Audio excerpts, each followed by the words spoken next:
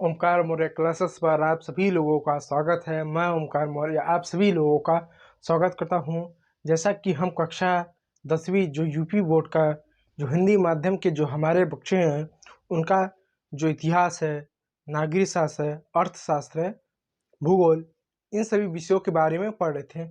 और इसी के क्रम में हम जो है नागरिक शास्त्र का जो तीसरा चैप्टर है पार्ट 1 इसको हम स्टार्ट करने वाले थे। आज हम इस चैप्टर को एकदम ज़ीरो से, एकदम बेसिक से स्टार्ट करेंगे और इस चैप्टर को पढ़ेंगे। इसके साथ साथ इस चैप्टर से जितने भी एमसीक्यू बन सकते हैं, क्योंकि आपको मालूम है जो सामाजिक विज्ञान का जो आपका विषय है यूपी बोर्ड में 20 नंबर के ओएमआर आपको भरने रहते हैं। इसका मतलब है कि 5 अंक की ओएमआर शीट आपका सामाजिक विज्ञान के नागरिक शास्त्र विषय से आएगा। तो हम इस चैप्टर को जो पढ़ेंगे तो पढ़ते हुए हम जो एमसीक्यू है, जो वेरी शॉर्ट क्वेश्चन है, जो शॉर्ट क्वेश्चन है और लॉन्ग प्रश्न जो है, लॉन्ग क्वेश्चन है, उन सभी को सॉल्व करते हुए, उन सभी को देखते हुए और एक हैंड रिटेन नोट्स बनाते हुए हम चलेंगे, ताकि आपको किसी भी प्रकार का समस्या ना हो, किसी भी प्रकार की चिंता ना हो पेपर के पॉइंट ऑफ व्यू से, और आप आसानी से पेपर में इस सब्जेक्ट में 100 में से 95, 90 या 80 प्लस जितना भी आपने टारगेट रखा है आप स्कोर कर सके, एक अच्छा नंबर ला सकें। इसकी मैं पूरी उम्मीद करूंगा और आप हम दोनों मिलकर प्रयास करेंगे कि कक्षा 10वीं के जो हमारे बच्चे हैं जो सामाजिक विज्ञान जो पढ़ रहे हैं, कोई भी सब्जेक्ट हो उसमें उनको अच्छा खासा एक नंबर मिले और सामाजिक विज्ञान में एक अच्छा अंक आए, ताकि उनका एक इस अपने ज़िले में या अपने स्कूल में एक अच्छा वो रैंक ला सके। तो इसी क्रम में चलिए हम जो है अपने इस सेशन को स्टार्ट करते हैं और इस चैप्टर में हम नागरिक शास्त्र का जो तीसरा चैप्टर है, अध्याय 3 है, लोकतंत्र और विविधता, इसके बारे में हम पढ़ने वाले हैं। लेकिन इसे पढ़ने से पहले हम यहाँ पर एक शब्द दिया हुआ है विविधता, ये जानने का प्रयास करेंगे कि विविधता क्या होता है, विविधता किसे कहते हैं और ये होता कैसे है विविधता। विविधता का मतलब होता है अलग अलग। आप ऐसा व्यवहारिक भाषा में समझने का प्रयास कीजिए। यदि आपको मैं व्यवहारिक भाषा में समझाऊं तो आप ऐसा मानिए कि मेरे पास ए टोकरी है ये, और बी टोकरी है, बास्केट आप समझ लीजिए। मैंने ए टोकरी में केवल 12 दर्जन मैंने केले डाल दिए हैं। अब ये सारे के सारे केले क्या है, पके हुए हैं। कोई बहुत ज़्यादा छोटा बड़े मोटा पतला नहीं है, एक रंग के हैं, एक आकार के हैं, एक गुणधर्म के हैं, सब एक जैसे हैं। ठीक है, एक समान है, ठीक है। लेकिन जो बी टोकरी है, इस बी टोकरी में मैंने 2 दर्जन केले डाल दिए जो कि कच्चे हैं, 2 दर्जन पक्के केले डाल दिए, 2 केजी सेब डाल दिए, 2 केजी अंगूर डाल दिए, इत्यादि इत्यादि फल मैंने इसमें डाल दिया। तो ए टोकरी बी टोकरी में कुछ अंतर है, अंतर भी है, समानता भी है। समानता क्या है, ए टोकरी और बी टोकरी में समानता क्या है कि दोनों फल हैं। यानी ये जो आपका बनाना यानी जो केले हैं ये भी फल है, जो आपके ये कच्चे केले हैं, पके हुए केले हैं, सेब है, अंगूर है, अन्य जो फल हैं जैसे पपीता है, ये भी फल है। दोनों में कुछ आपको असमानताएं देखने को मिल सकती है, हाँ देखने को मिल सकती है। जैसे इसमें 4 दर्जन केले जिसमें से 2 दर्जन केले पके हुए हैं जबकि 2 दर्जन कच्चे हैं। तो दोनों अलग अलग हैं, तो एक ही चीज लेकिन अलग अलग है। तो ये क्या है, विविधता है। फल तो सभी हैं लेकिन रंग की वजह से, आकार की वजह से, स्वाद की वजह से, अन्य नहीं अन्य कई कारणों की वजह से फल होते हुए भी ये एक दूसरे से अलग है। तो इनमें क्या है, ये विविधता है। शायद हो सकता है जिस व्यक्ति को केले खाना पसंद हो उसको अंगूर खाना ना पसंद हो, वो कहे ना अंगूर खाता हूँ तो बहुत सारे अंगूर के जो दाने होते हैं, फल होते हैं, वो खट्टे निकल जाते हैं, मुंह खराब हो जाता है।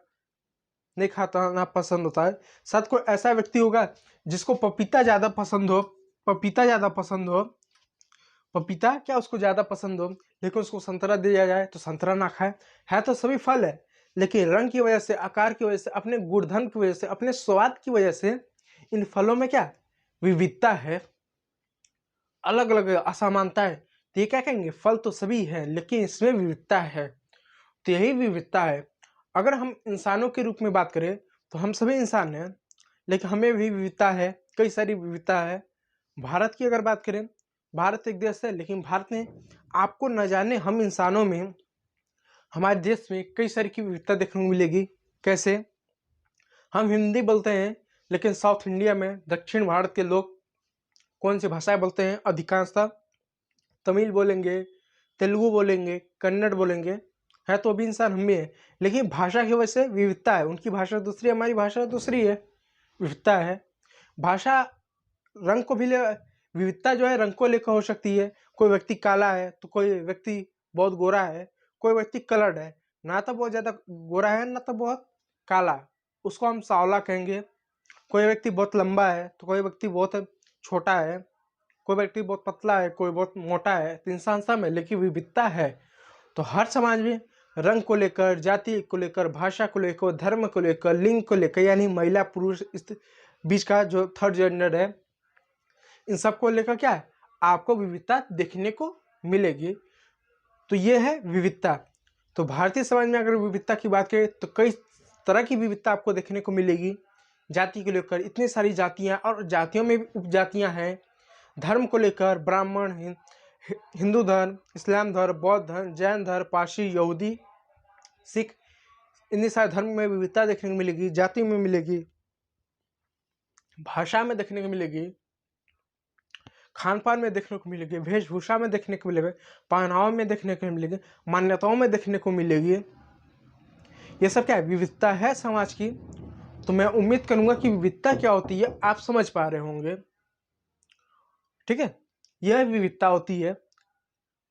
तो अब सवाल उठता है कि हम इस चैप्टर को, जो तीसरा चैप्टर लोकतंत्र और विविधता, इस चैप्टर को पढ़ क्यों रहे हैं, इसका क्या उद्देश्य है। हमारे व्यवहारिक जीवन में ये जो चैप्टर है किस तरीके से उपयोगी हो सकता है, किस तरह काम आ सकता है, और जो एनसीईआरटी के जो पाठ्यक्रम है, जो पाठ्य पुस्तक है, उसमें इस चैप्टर को क्यों दिया गया है, आप इसको जानने का आप प्रयास करेंगे, इसको देखेंगे। ठीक है, और साथ साथ हम ये भी जानेंगे कि ये जो विविधता है ये लोकतंत्र को कैसे प्रभावित करती है। क्योंकि लोकतंत्र होगा तो राजनीति होगा, राजनीति होगा तो राजनीति जो पार्टियां हैं, जो राजनीतिक दल है, इस विविधता का भरपूर फायदा उठाती हैं। चुनावों के समय वोट के माध्यम से, धर्म के नाम पर वोट मांगना, जाति के नाम पर वोट मांगना, भाषा के आधार पर वोट मांगना, क्षेत्रता के आधार पर वोट मांगना, इत्यादि चीजें आधार पर वोट मांगते हैं, तो भी प्रभावित करता है। तो मैं उम्मीद कर रहा हूँ मैं जो आपको बता रहा हूँ वो सारी चीजें समझ में आ रही हैं। यदि चीजें ना समझ में आए तो मैं आपको बता दूं, डेली शाम 5 बजे कक्षा 10वीं के जो हमारे बच्चे हैं, जो हिंदी माध्यम के जो हमारे बच्चे हैं, उनके लिए लाइव क्लास चलाई जाती है। और इस समय मैं लाइव हूँ। ये जो क्लास है वर्ष 2024-25 के बच्चों के लिए है, क्लास है, अपडेटेड क्लास है। वे बच्चे जो 9वीं पास करके 10वीं में आ गए, उनके लिए न्यू पैटर्न, न्यू सिलेबस पर अपडेटेड क्लास है। आप हमारे चैनल से जुड़ सकते हैं।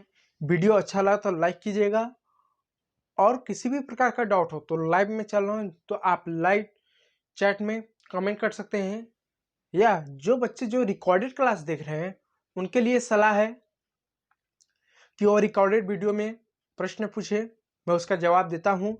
या जब वो प्रश्न पूछते हैं तो जो अगला जो नेक्स्ट वीडियो होता है उस वीडियो में पिछले जो भी बच्चों का सवाल रहा है उसको मैं उसमें ऐड ऑन करता हूँ, उसको लेकर आता हूँ, उसको मैं बताता हूँ, ताकि किसी भी प्रकार का डाउट ना हो, अन्य चीजें ना हो। ठीक है, अब चलिए विविधता, लोकतंत्र और विविधता, इस चैप्टर को पढ़ना क्यों है अब मैं आपको एग्जाम्पल तौर पे बताता हूँ। देखिए, आप कहानी के माध्यम से समझने का प्रयास कीजिएगा। जब हमारा देश आज़ाद हुआ था तो भारत पाकिस्तान दो देश बने थे।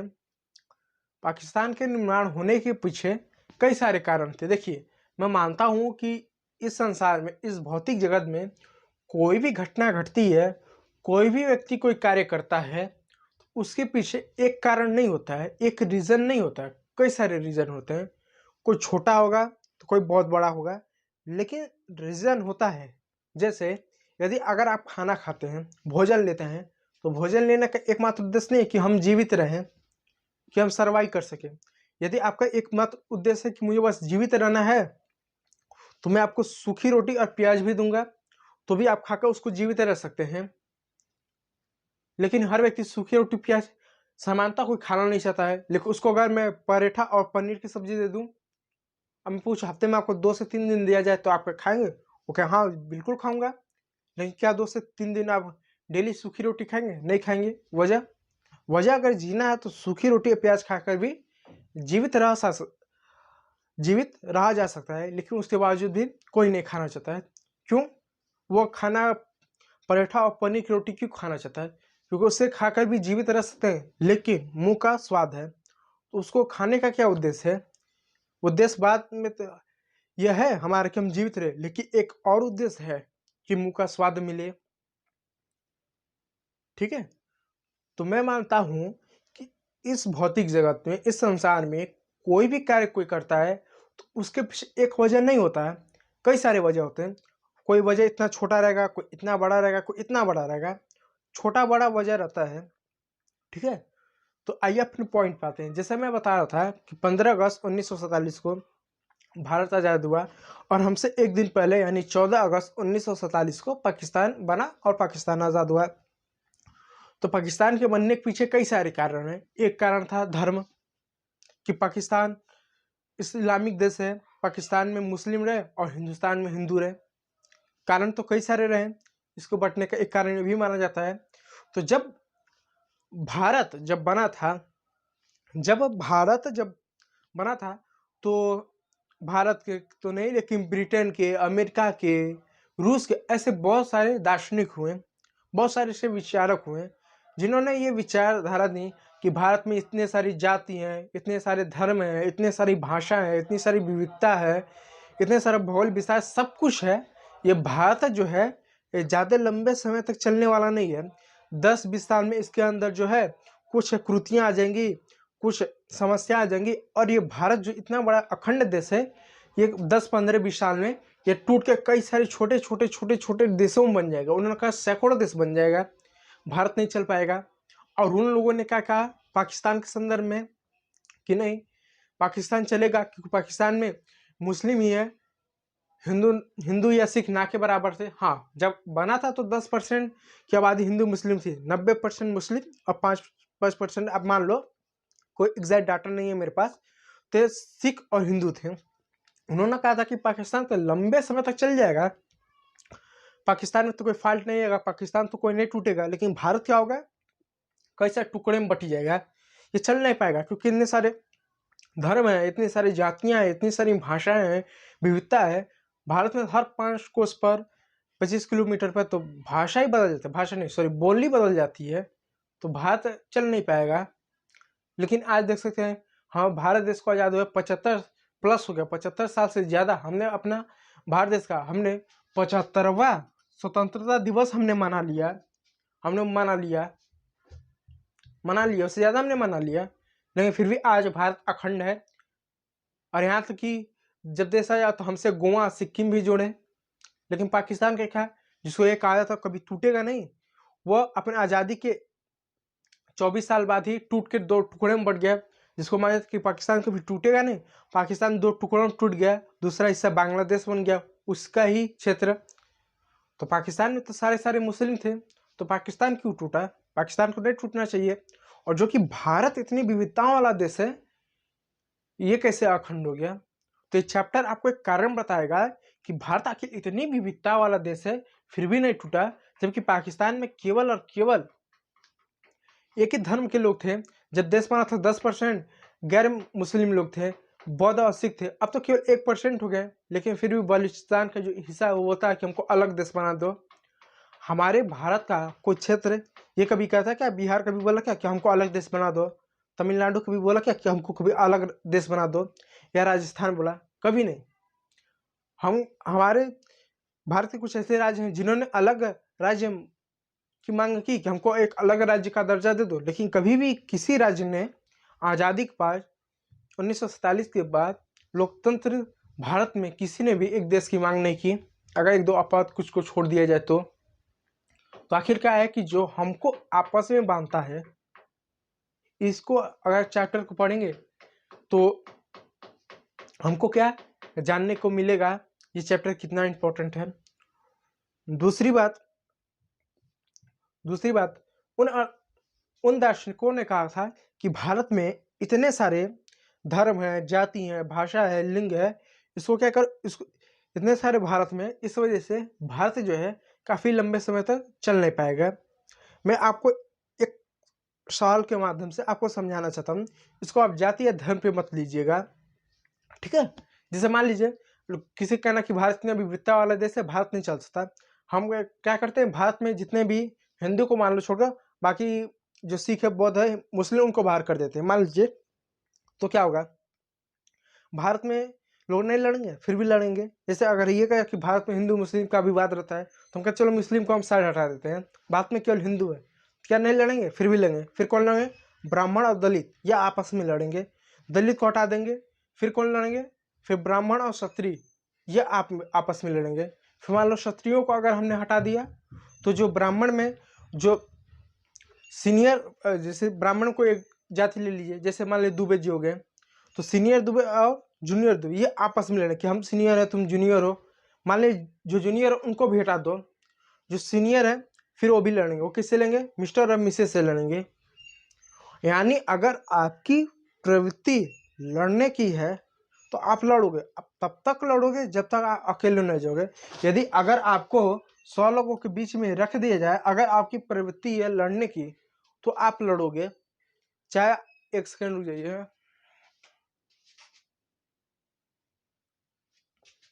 ठीक है? तो मैं ये कह रहा हूँ, यदि आपकी प्रवृत्ति लड़ने की है तो तब तक लड़ोगे जब तक आप अकेले ना हो जाओ। लेकिन अगर आपकी विचारधारा सबको साथ लेकर चलने में, तो कितनी भी ज़्यादा विविधता क्यों न जाए, जाति को लेकर, धर्म को लेकर, भाषा को लेकर, रंग को लेकर, नस्ल को लेकर, आप लड़ोगे नहीं। पाकिस्तान में देखो एक ही धर्म था, इस्लाम धर्म, बहुत ज़्यादा भाषाएं भी नहीं थी, लेकिन फिर भी पाकिस्तान 23 से 24 साल में टूट के 2 देश बन गया। भारत आज 75वां प्लस, हमने अपना स्वतंत्रता दिवस और गणतंत्र दिवस भी हमने मना लिया वर्ष 2024 में। तो हम क्यों नहीं टूटे? क्योंकि हमारे यहाँ कुछ ऐसा है जो इतने सारी विविधता होने के बावजूद भी क्या हम सबको बांध कर रखता है। और एक बात, जब भारत इतना जनसंख्या वाला देश, 120 करोड़ की जनसंख्या वर्ष 2011 के अनुसार, इतनी विशाल जनसंख्या वाला देश, इसके साथ साथ इतनी विविधता वाला एक क्षेत्र, जब एक देश हो सकता है तो पूरी दुनिया भी एक देश हो सकता है। बस जरूरत है एक सही मार्गदर्शन की। क्योंकि बहुत से लोग कहते हैं कि पूरी दुनिया के एक देश बना तो नहीं हो सकता, बोलते हैं इतने सारे धर्म है, जाति है, भाषा है, लिंग है, नस्ल है, यह है। तो भारत में आकर देख लो, भारत में ऐसा कौन सी भाषा नहीं मिल, किसी भी देश में इतनी भाषा नहीं मिलेगी जितनी हमारे देश में भाषा मिलेगी। हमारे देश में इतनी वेशभूषा, खान पान, पहनावा, इतनी विविधता भारत में मिलेगी जितना किसी देश में नहीं मिलेगी। अब चाइना में चल जाओ, चाइना में इतनी विविधता नहीं मिलेगी इतनी जनसंख्या होने के बावजूद, लेकिन भारत में इतनी विविधता है, फिर भी हम सब एक साथ हैं। तो वजह क्या है कि हम एक साथ हैं? तो अगर आप इस चैप्टर को पढ़ेंगे तो आपको पता चलेगा कि पाकिस्तान जो कि एक ही धर्म का था और अन्य भाषाएं नहीं थी, फिर भी वो 2 टुकड़ों में बट गया। भारत में इतनी विविधता होने के बावजूद भी भारत अखंड है, अखंड रहेगा। और हो सकता है कि आने वाले भविष्य में कोई और सारे देश भी हमसे जुड़ सकते हैं, हो सकता है, ठीक है? तो भारत की ऐसी क्या चीज़ें हैं जो भारत को क्या अखंड रखता है, ये विविधता में एकता बना के रखता है। तो अगर आप ये तीसरा चैप्टर लोकतंत्र और विविधता इसलिए दिया कि लोकतंत्र और विविधता, और करके दिया कि लोकतंत्र और विविधता, ताकि हम अपने लोकतंत्र और विविधता को समझे कि जो भारत अखंड कैसे है, ठीक है? चलिए, तो उम्मीद करता हूं कि आप लोगों को समझ में आ रहा है। अब आते हैं अपने इस चैप्टर के मूल पर इस चैप्टर में मुख्य रूप से हमको 2-3 चीजें पढ़ना पड़ेगा। पहला कि विविधता जो है किस तरीके से लोकतंत्र को प्रभावित करती है। दूसरा, हमें इस चैप्टर में हम बहुत सारे ऐसे कहानी मतलब झूठी कहानी, वास्तविक कहानी को देखेंगे। भारत में बहुत से दुनिया के बहुत सारे देशों की हम ऐसे कहानी देखेंगे जो विविधता से भरी हुई देशों की कहानी थी, उनसे हम देखेंगे और अपने देश के संविधान की, अपने देश की विविधता का तुलना हम करेंगे। ठीक है, मैं उम्मीद कर रहा हूँ चीज़ें आप लोगों को समझ में आ रही हैं। यदि चीज़ें समझ में आ रही हैं तो आप लाइव चैट है आप उसमें बताइएगा। यदि चीज़ें नहीं समझ में आ रही हैं तो आप जो बच्चे रिकॉर्डेड वीडियो देखते हैं उनसे आप कमेंट करिए। कमेंट करके अगर कुछ भी पूछेंगे तो उसमें ऐड ऑन मैं कर पाता हूँ कि अगले वीडियो में कि चलिए मैंने पिछला वीडियो बनाया, आपको इस टॉपिक पे कुछ नहीं समझ में आया, उस टॉपिक पे कुछ नहीं समझ में आया, तो इसको मैं अब जोड़ दूँ। आप मेरी बात इसको जो है ध्यान दीजिएगा। ठीक है, चलिए अब आगे देखते हैं। देखिए, लोकतंत्र और विविधता में पढ़ें। ये आपका जो किताब है एनसीईआरटी का ये वाला देख सकते हैं, जिसमें एक परिचय दिया है। और मैंने जैसा कि कहा कि इस चैप्टर में जब हम पढ़ेंगे तो क्लास नोट्स बनाते हुए, हैंड रिटन नोट्स बनाते हुए चलेंगे, जिससे आपको किसी भी प्रकार की परेशानी या समस्या ना हो। तो सबसे पहले इसमें एक परिचय दिया हुआ है, उस परिचय को मैं पढ़ लूँ ताकि आपको ऐसा ना लगे कि आप ऐसे मन से बताते हुए चले जा रहे हैं, किताब तो नहीं पढ़ा, किताब को ये टॉपिक छोड़ दिया है, ये पॉइंट छोड़ दिया, ऐसा ना लगे। हर टॉपिक को, हर पॉइंट को हम पढ़ते हुए चलेंगे। एमसीक्यू के दृष्टिकोण से जो टॉपिक इंपॉर्टेंट होंगे उनको हम नोट करेंगे। पेपर के दृष्टिकोण से जो लाइन, जो पैराग्राफ इंपॉर्टेंट होगा मैं उसको बताऊंगा। और अंत में इसका एक सार देखेंगे कि इस चैप्टर का क्या उद्देश्य रहा देने का, इस चैप्टर का अंततः सार क्या रहा, निष्कर्ष क्या रहा। अगर इस चैप्टर के मूल बिंदु को समझ जाए तो आसानी से हम क्या पेपर में इससे संबंधित किसी भी तरह के प्रश्न आएंगे हम उसको लिख लेंगे। ठीक है दोस्तों, तो चलिए आज के सेशन को स्टार्ट करते हैं। मैं ओमकार मौर्य क्लासेस पर आप सब जोड़ सकते हैं। और इसको स्टार्ट करने पर सबसे पहले मैं इसको इरेज कर दूं। आप जो है 2 सेकंड जो है रुके रहिए। चलिए अब देखिए, यह मैं परिभाषा पढ़ता हूँ। पिछले जो चैप्टर में आपने संघवाद को पढ़ा, जैसा कि आपने पढ़ा होगा, मैं ये लोकतंत्र और विविधता का ही बता रहा हूँ उसका आधार लेते हुए। ठीक है, तीसरा चैप्टर का बता रहा हूँ, दूसरे चैप्टर आधार लेते हुए। ठीक है, तो दूसरे चैप्टर आपने पढ़ा कि जो क्षेत्रीय विविधता थी और जो भाषाई विविधता थी, इसके आधार पे बहुत सारे देशों ने अपने यहाँ क्या संघवाद व्यवस्था को अपनाया। आप 1 सेकंड रुके रहे। ठीक है, तो मैंने ये बताया कि जो दूसरा चैप्टर है उसमें क्या था, क्षेत्रीय विविधता थी, भाषाई विविधता थी। तो इसके आधार पर जो संघ था वो सभी को लेकर चलने में समर्थ था। लेकिन जरूरी नहीं है किसी भी क्षेत्र में जो विविधता होती है, लोगों में जो विविधता होती है, वो केवल क्षेत्र को लेकर या भाषा को लेकर कि ये बिहारी है या मराठी है या गुजराती है या तेलुगुन है या मारवाड़ी है। जरूरी नहीं कि उनकी जो लोगों में जो विविधता होती है, जो लोगों की जो पहचान होती है, वो केवल और केवल सिर्फ भाषा के आधार पर, क्षेत्र के आधार पर नहीं होती। हमारे भारत देश में बहुत सारे लोगों की पहचान क्षेत्र के आधार पर तो है कि गुजराती है, गुजरात के रहने वाले हैं, या मारवाड़ी है, भाषा के आधार पर पहचान होती है। बहुत सारे लोगों का पहचान क्षेत्रीयता के आधार पर होती है कि भारत के किस हिस्से में रहने वाले थे। लेकिन क्या यह सवाल उठता है कि भारत में या विश्व में जितने भी लोगों की पहचान होती है या हम पहचान करते हैं, क्या केवल भाषा और क्षेत्रीय विविधता के आधार पर करते हैं? नहीं, हम पूरे विश्व, भारत में बल्कि पूरे विश्व में बहुत सारे ऐसे लोगों की पहचान, या बहुत सारे लोगों के, 2 लोगों के बीच में विविधता जो होती है वो केवल भाषा या क्षेत्रीय विविधता के आधार पर नहीं होती है। लोग, हर व्यक्ति, प्रत्येक व्यक्ति एक दूसरे से जाति के आधार पे, धर्म के आधार पे, भाषा के आधार पे, लिंग के आधार पे, रंग के आधार पे, स्वरूप के आधार पे, विचारधाराओं के आधार पे, मान्यताओं के आधार पे, न जाने ऐसे बहुत सारे आधारों पे भिन्न है। तो लोगों को केवल इस आधार पे पहचान करना कि वह व्यक्ति इस क्षेत्र का या वे व्यक्ति ये भाषा बोलता है, ये पूरी तरह से गलत है। जैसे अगर भारत का एग्जाम्पल दे दें तो भारत का कोई व्यक्ति सबसे पहले अपनी पहचान भारतीय मानता है कि वो भारतीय है, फिर बाद में वो इस राज्य का है या ये भाषा बोलने वाला है। तो पहले तो अपने आप को भारतीय मानता है, फिर उसके बाद अपने राज्य का मानेगा, फिर अपने भाषा का मानेगा, लेकिन सबसे पहले वो क्या अपने आप को भारतीय मानता है। तो लोगों में जो विविधता होती है उसके पीछे कई सारे चीज़ें होती हैं। ठीक है, तो चलिए सेशन को स्टार्ट करते हैं। वैसे सेशन तो स्टार्ट ही हो गया होगा, आप लोग को मैं उम्मीद करूंगा समझ में आ रहा होगा। चलिए अब आगे देखते हैं। देखिए अब एनसीईआरटी जो है आपको एक कहानी के माध्यम से कुछ बताना चाहता है कि जो विविधता होती है ये कैसी होती है और विविधता से क्या नुकसान होता है, इसके बारे में मैं आपको कुछ समझाना चाहता हूँ। देखिए अब पल जानिए कि विविधता कैसे, यानी विविधता कैसे किसी समाज में इतनी ज़्यादा आती है, यानी विविधता इतनी ज़्यादा आती कैसे है लोगों में। देखिए इसके पीछे कई सारे कारण हैं। पहला कारण भौगोलिक कारण।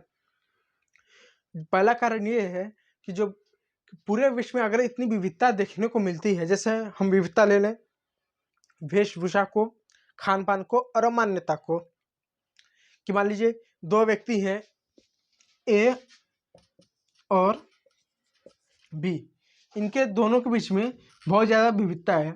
अब ये विविधता का आधार ले लें कि इसका खान पान अलग है, इनका भी खान पान अलग है, इनके वेशभूषा अलग है, इनकी भी वेशभूषा अलग है, इनकी मान्यता अलग है। अब इनकी मान्यता अलग है।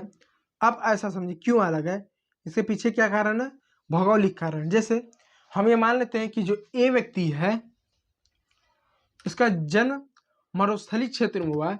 जैसे मान लीजिए ए व्यक्ति का जन्म राजस्थान में हुआ, राजस्थान में हुआ, ठीक। बी व्यक्ति जन्म यूपी में हुआ।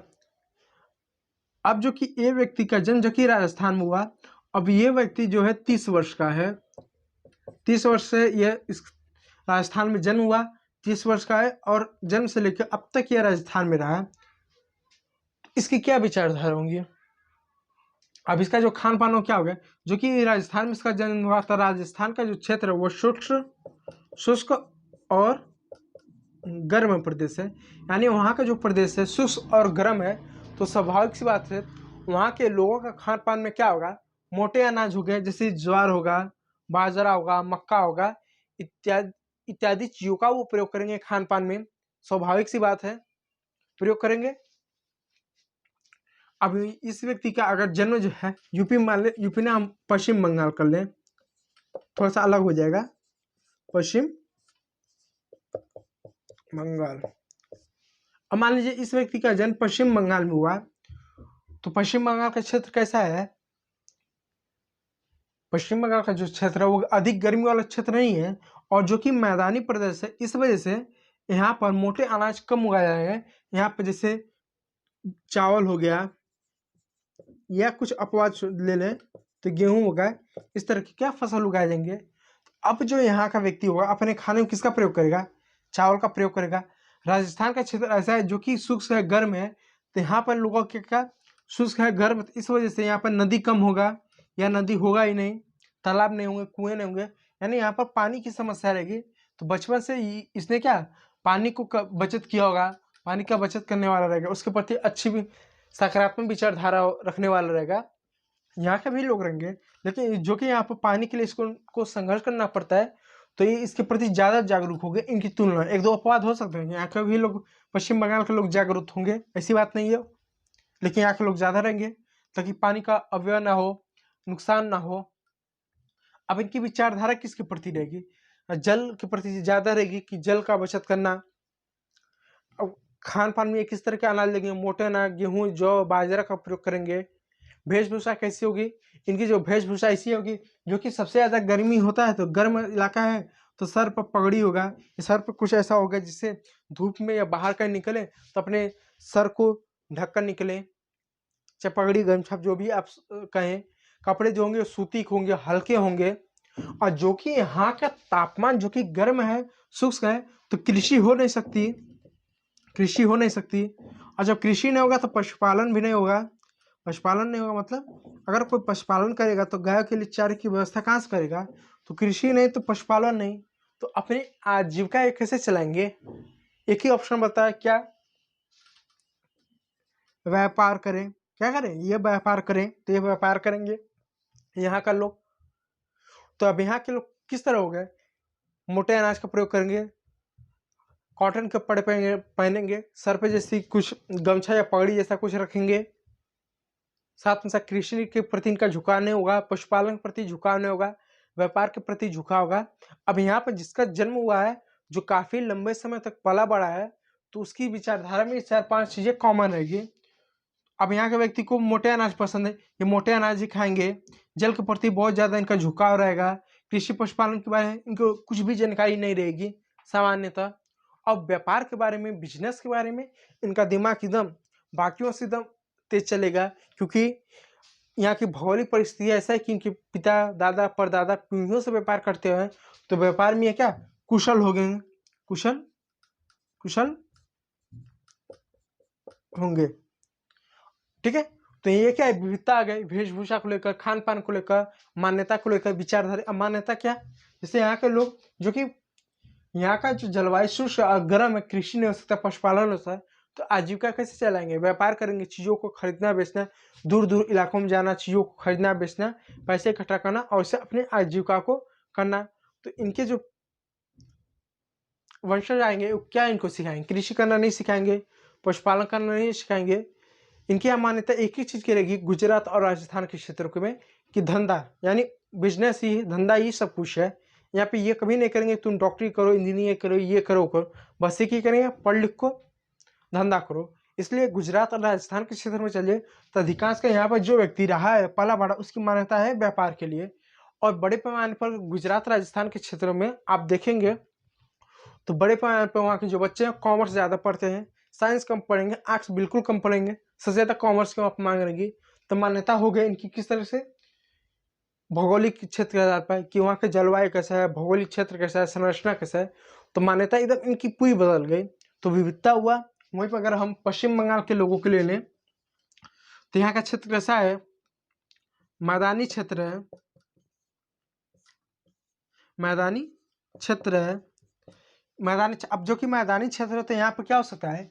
कृषि हो सकता है, तो कृषि करेंगे, पशुपालन करेंगे, कृषि हो सकता है, इसलिए यहाँ के लोग कृषि करेंगे, पशुपालन करेंगे। और जो भी इनके वंशज आएंगे उनको कृषि और पशुपालन करना ही सिखाएंगे, कुछ तीसरी चीज नहीं सीखेंगे, व्यापार बिजनेस नहीं करेंगे। तो यहाँ पर जितने भी लोग रहेंगे वो उनका वैसा क्या रहेगा? कृषि रहेगा, पशुपालन रहेगा, और भोजन में क्या प्रयोग करेंगे? मुख्यतः चावल का ही प्रयोग करेंगे। सामान्यतः वेशभूषा कैसे रहेगा? बहुत ज्यादा हल्के कपड़े नहीं रहेगा, बहुत ज्यादा गर्म कपड़े भी नहीं, सामान्यतः मीडियम कपड़े रहेंगे। इसके साथ साथ जो कि यहाँ पर मैदानी क्षेत्र है, तो यहाँ पर बड़े पैमाने पर कृषि कार्य हो रहा है। तो स्वाभाविक सी बात है, जब कृषि कार्य होगा तो कृषि संबंधित गांव में एक व्यक्ति होता है जिसको पटवारी अधिकारी होता है, पटवारी या लेखपाल या कानूनगो। इसको भारत के अलग अलग क्षेत्रों में अलग अलग नामों से जाना जाता है, यानी भारत में इनको अलग अलग क्षेत्रों में अलग अलग नामों से जाना जाता है। अब जो कि यहाँ के मैदानी क्षेत्र कैसा उपजाऊ है, उपजाऊ होने की वजह से यहाँ के जितने लोग हैं वो कृषि करेंगे, पशुपालन करेंगे। और जब कृषि करेंगे तो कृषि संबंधित समस्या आएंगी, जैसे भूमि की समस्या हो गई, भूमि का विवाद हो गया। जब भूमि का विवाद होगा तो दो ही व्यक्ति गांव में, ग्रामीण पृष्ठभूमि में भूमि का निपटारा करेंगे। एक तो वहाँ का जो चौकी इंचार्ज होगा, जिसको हम दरोगा कहेंगे या सब इंस्पेक्टर, और जो कि भूमि का नापने जोखने का, उसका रिकॉर्ड रखने का काम पटवारी, लेखपाल या कानूनगो, अलग अलग नाम से जानते हैं, ये रखेगा। तो स्वाभाविक सी बात है, तो ग्रामीण क्षेत्र में जो आमतौर पर जो बच्चे होंगे इन दो अधिकारी को देखकर ही बड़े होंगे, दरोगा और पटवारी।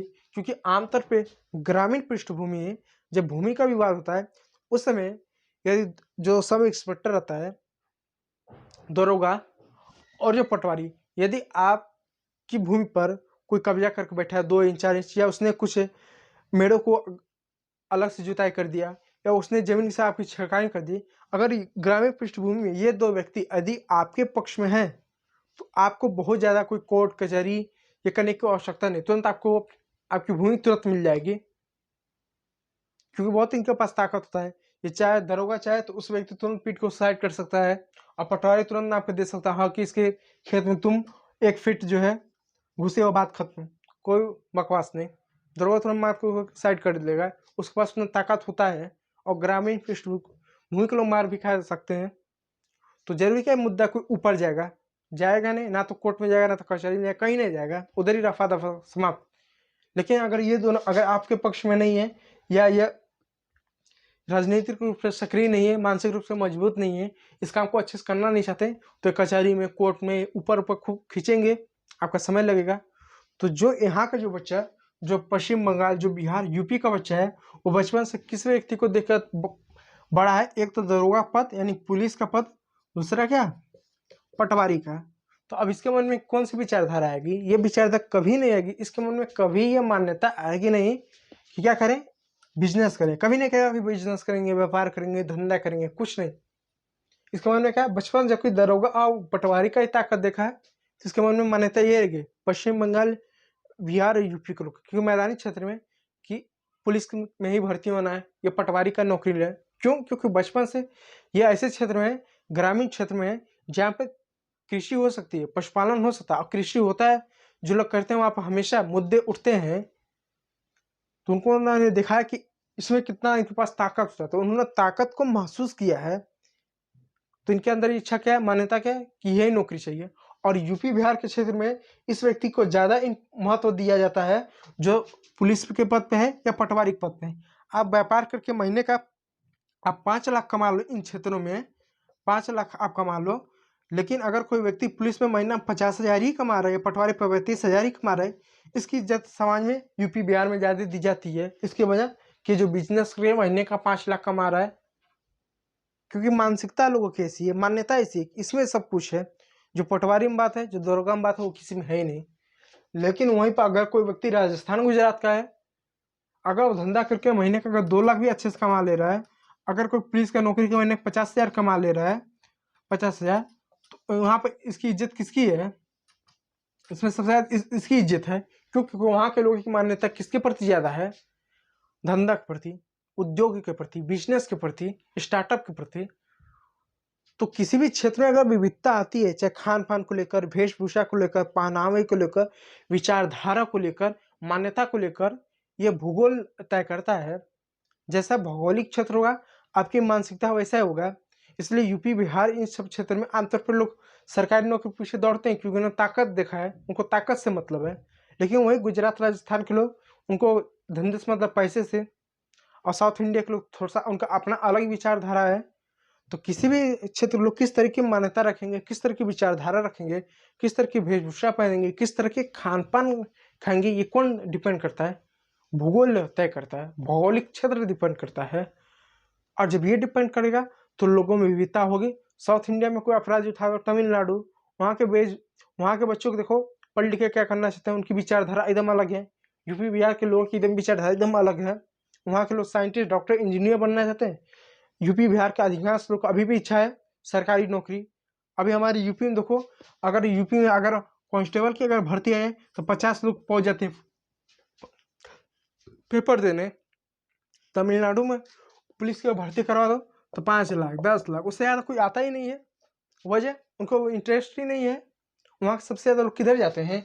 जेई का पेपर देंगे, NEET नीट का पेपर देंगे, उनका उसमें रुचि इंजीनियर में, डॉक्टरी में, साइंटिस्ट में।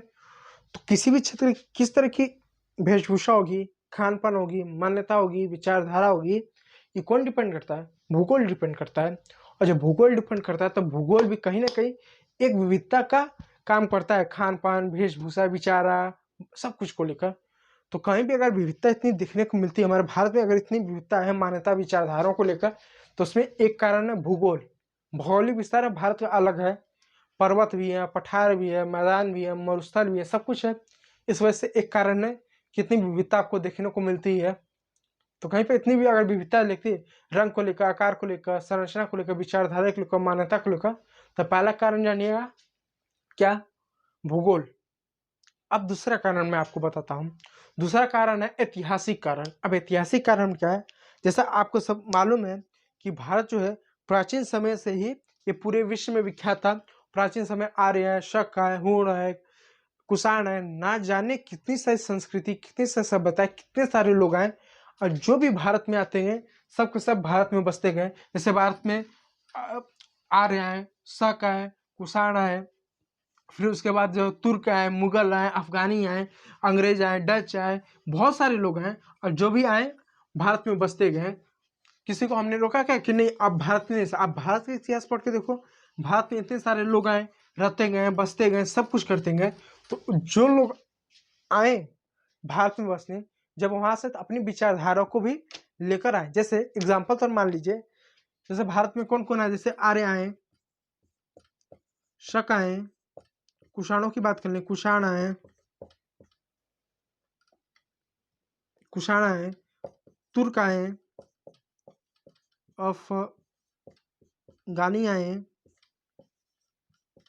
मुगल आए, बहुत सारे लोग आए, ये सारे भारत में आके बसे। उसके बाद डच आए, फ्रेंच आए, फ्रांसीसी आए, अंग्रेज आए, अंग्रेज आए, पुर्तगाली आए, अन्य, ये सारे आते हैं भारत में बसे रहे। जब ये सब भारत में आते गए तो जब वो जहां से वो निकले उनकी तो कुछ तो विचारधारा रही। यानी अगर ये पुर्तगाली आए तो पुर्तगालियों की कुछ विचारधारा होगी, खाने पीने को लेकर, सोने बैठने को लेकर, शादी विवाह को लेकर, अन्य चीजों को लेकर इनकी कुछ तो विचारधारा रही होगी। जब ये पुर्तगाली जब भारत में आके बस गए तो यहाँ पर विवाह किया, रहना चालू कर दिया, तो यहाँ का इन्होंने क्या देखा कि यहाँ की विचारधारा एकदम अलग है, वेशभूषा अलग है, संस्कृति अलग है, मान्यता अलग है।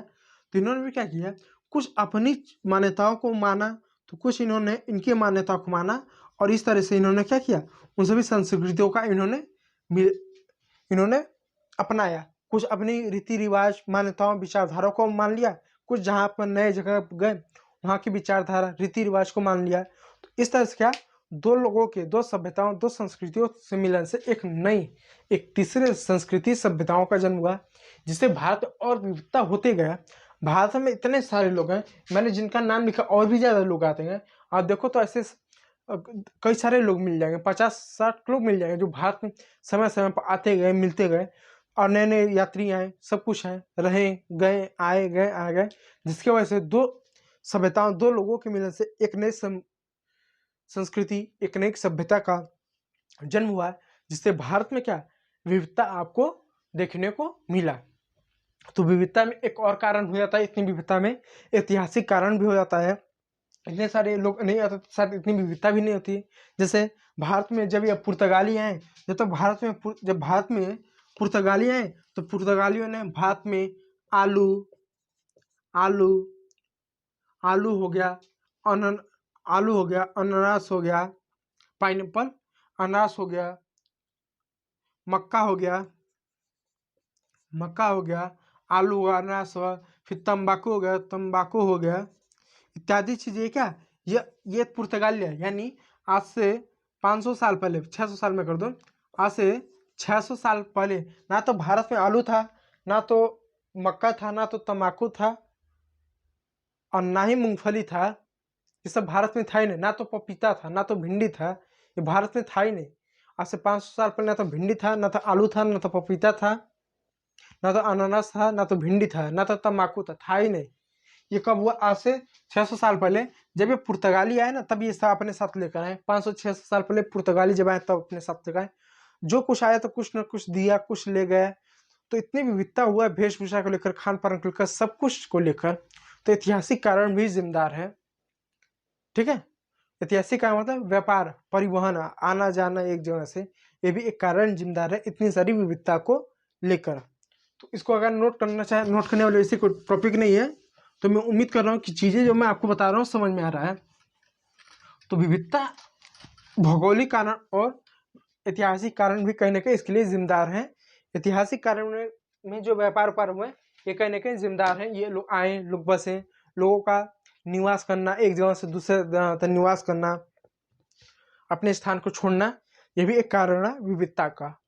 अब मैं आगे बढ़ने से पहले मैं आप लोगों का कमेंट पढ़ लूँ, ठीक है। मैं उम्मीद कर रहा हूँ कि जो चीज़ें मैं आपको बता रहा हूँ वो चीज़ें समझ। देखिए, चैप्टर को स्टार्ट करना बहुत बड़ी बात नहीं है, लेकिन जो चैप्टर में जो कीवर्ड दे रखा है वो जब तक नहीं समझेंगे तब तक चैप्टर को कैसे समझ पाएंगे। मैं आपको बता दिया हाँ विविधता ये मैं आपको बता दिया। मैं जो आया आपको टॉमी स्थिम के बारे में बता दिया, जॉन कॉलरेस के बारे में बता दिया, इन सबके बारे में बता दिया, तो समझ क्या आएगा। जब तक आपको मालूम नहीं विविधता क्या होती है, विविधता होता कैसे है, विविधता होने के पीछे क्या कारण है, तो समझ नहीं पाएंगे। तो पहले इन सब्जेक्टों में ये आवश्यक है आपके लिए, इनके जो कीवर्ड है, जो शब्द, उस शब्द को आप समझें। और मैंने आपके शब्द को समझा लिया। अब जानते हैं सामाजिक उत्पत्ति कैसे होती है, सामाजिक विविधता की उत्पत्ति कैसे है। उसके बाद जो है हम कहानी की मदद से हम इस चैप्टर को स्टार्ट करेंगे और इस चैप्टर को पढ़ने की शुरुआत करेंगे। असामाजिक भेदभाव की उत्पत्ति कैसे। देखिए, हर व्यक्ति, देखिए सामाजिक भेदभाव की उत्पत्ति कैसे है। देखिए, कोई व्यक्ति काला है, गोरा है, लंबा है, पतला है, मोटा है, छोटा है, या महिला है, या कोई पुरुष है, या कोई थर्ड जेंडर है, ये इसके हाथ में नहीं है। हम सब जानते हैं कि कोई व्यक्ति मोटा है या पतला है या लंबा है चौड़ा है, उसके हाथ में है नहीं। कुछ लोग कहते हैं कोई व्यक्ति बहुत मोटा है, वो दौड़े तो पतला हो जाए, कितना भी पतला होगा लेकिन बहुत ज़्यादा पतला नहीं, उसके हाथ में भी नहीं है। क्योंकि कुछ ऐसे जेनेटिक कारण होता है जो कोई व्यक्ति कुछ भी खाए तो मोटा होगा ही। कुछ व्यक्ति उसको कितना भी खिला दो पिला दो, वो पतला पतला ही रहता है, हमेशा एकदम एक उसका हड्डियां तक दिखती है, एकदम पतला ही रहता है। तो कुछ जेनेटिक कारण कुछ होता है, वो होगा ही नहीं। कितना कुछ ऐसे व्यक्ति को आप अगर आप देख लें जिनके 5 नहीं 6 उंगलियां होती हैं, अंगूठे 2 देखने को मिलता है, ऐसा क्यों। तो ये जेनेटिक कारण कुछ कारण ऐसा होता है, तो अपने हो सकता है। तो कोई व्यक्ति मोटा है, पतला है, काला है, लंबा है, गोरा है, कैसा भी है, या कोई पुरुष है, महिला है, या कोई थर्ड जेंडर है, तो उसके हाथ में नहीं है, ठीक है। वो प्राकृतिक है, प्रकृति ने बनाया, उसके हाथ में ले, तो उससे समाज में कुछ होता नहीं। उससे ये होता है कि ये जो, उससे कुछ नहीं होता, वो उसके हाथ में नहीं है, वो समाज में आपको देखने को मिलेगा। लेकिन कोई व्यक्ति काला है और कोई व्यक्ति गोरा है, तो जो व्यक्ति गोरा उसको विशेष सम्मान करना, उसको विशेष